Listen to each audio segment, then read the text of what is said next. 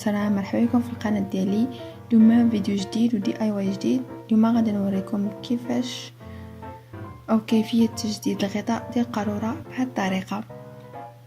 نتمنى هذا الفيديو تعجبكم وما تنساوش الاشتراك بالقناة ديالي وتابعوني على انستغرام. كمسامدة صورة ستارت.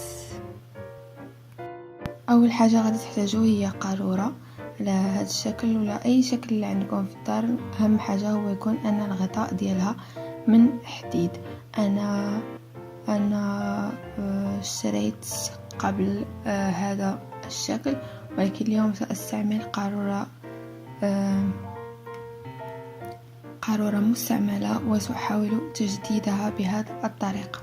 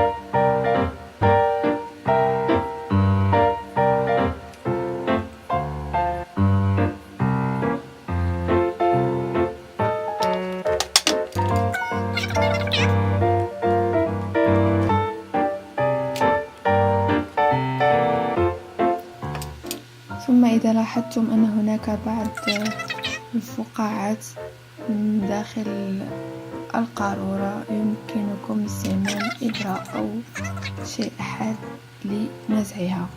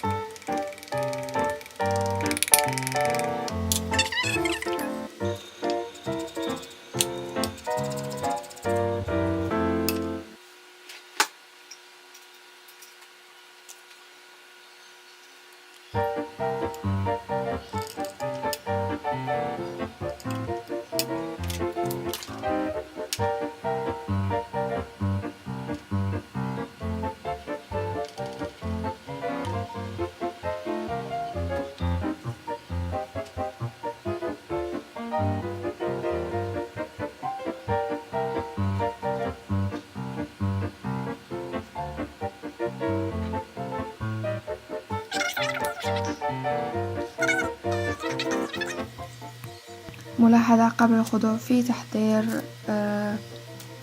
الكريمة على هذا الشكل، يجب أن يكون عندكم الأشكال التي ستزين بها الغطاء من فوق. أنا كانت لدي من قبل، لهذا أنا أنصحكم بتحضيرها قبل تحضير الكريمة. كما تلاحظون الكريمة أنا أستعمل سائل فيمو ولون الشوكولاتة في الفيمو. يمكنكم استعمال أي لون تحبونه، وأنا في هذه الأشكال أحب أن أستعمل لون شوكولاتة.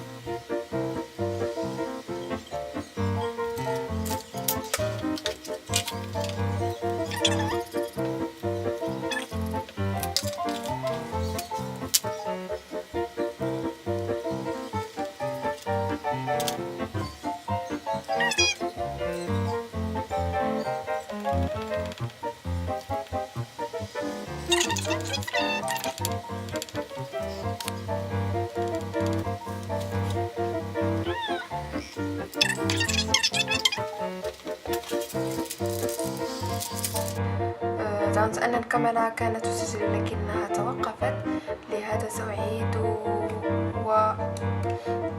وأذكر أنني وضعت الغطاء فوق ورق الفرن لكي أدخله للفرن بكل سهولة.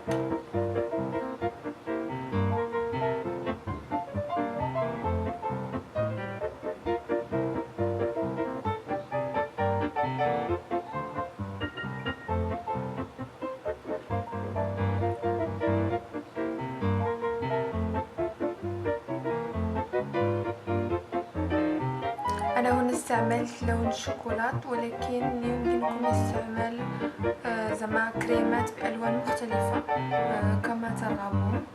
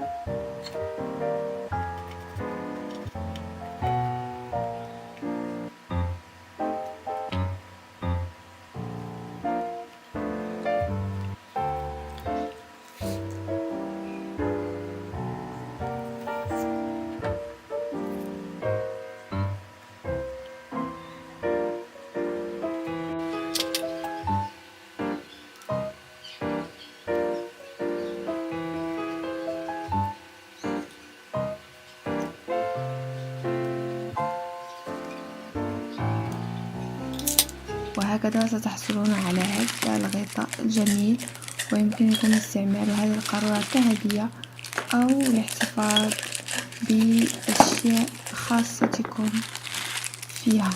أتمنى أن تكون هذا الفيديو قد نالت إعجابكم. لا تبخلوا بلايك وسبسكرايب، وإن أردتم يمكنكم متابعتي على إنستغرام.